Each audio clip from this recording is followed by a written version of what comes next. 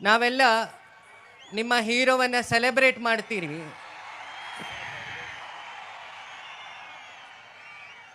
ಆದರೆ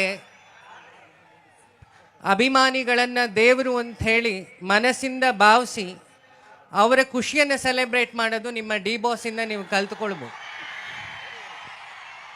ಒಂದು ಸಣ್ಣ ಎಕ್ಸಾಂಪಲ್ ಏನು ಅಂದರೆ, ಮೊನ್ನೆ ಬರ್ಡೇ ವಿಜುವಲ್ಸ್ ಎಲ್ಲ ನೋಡಿರ್ಬೇಕು ನೀವು ಯೂಟ್ಯೂಬಲ್ಲಿ. ಈ ಬಲಗೈ ಪಾಪ ಫ್ರ್ಯಾಕ್ಚರ್ ಆಗಿತ್ತು, ನೋವಾಗಿತ್ತು. ಆ ಫ್ರ್ಯಾಕ್ಚರ್ ಇದ್ದರೂ ಪ್ರತಿಯೊಬ್ಬರನ್ನು ಮಾತಾಡಿಸ್ತಾ ಕೈ ಕೊಡ್ತಾ ಇದ್ರು. ಅದು ಆರ್ಟಿಫಿಷಿಯಾಲಿಟಿ ಇಲ್ಲ, ಒಳಗಿಂದ ಇದ್ದ ಪ್ರೀತಿ ಅನ್ಕೊಳ್ತೀನಿ.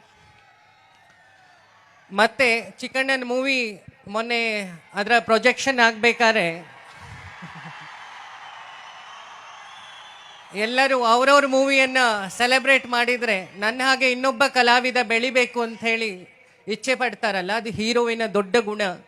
ಇಷ್ಟು ಎತ್ತರಕ್ಕೆ ಬೆಳೆದ್ರು ಹಿಂದೆ ನಿಂತು ಇಲ್ಲಿರೋ ಸನ್ಯಾಸಿಗಳಿಗೆ ಗೌರವ ಕೊಡ್ತಾ ಇದ್ದಾರಲ್ಲ, ಅದು ಇನ್ನೊಂದು ಮೆಚುರಿಟಿಯ ಗುಣ.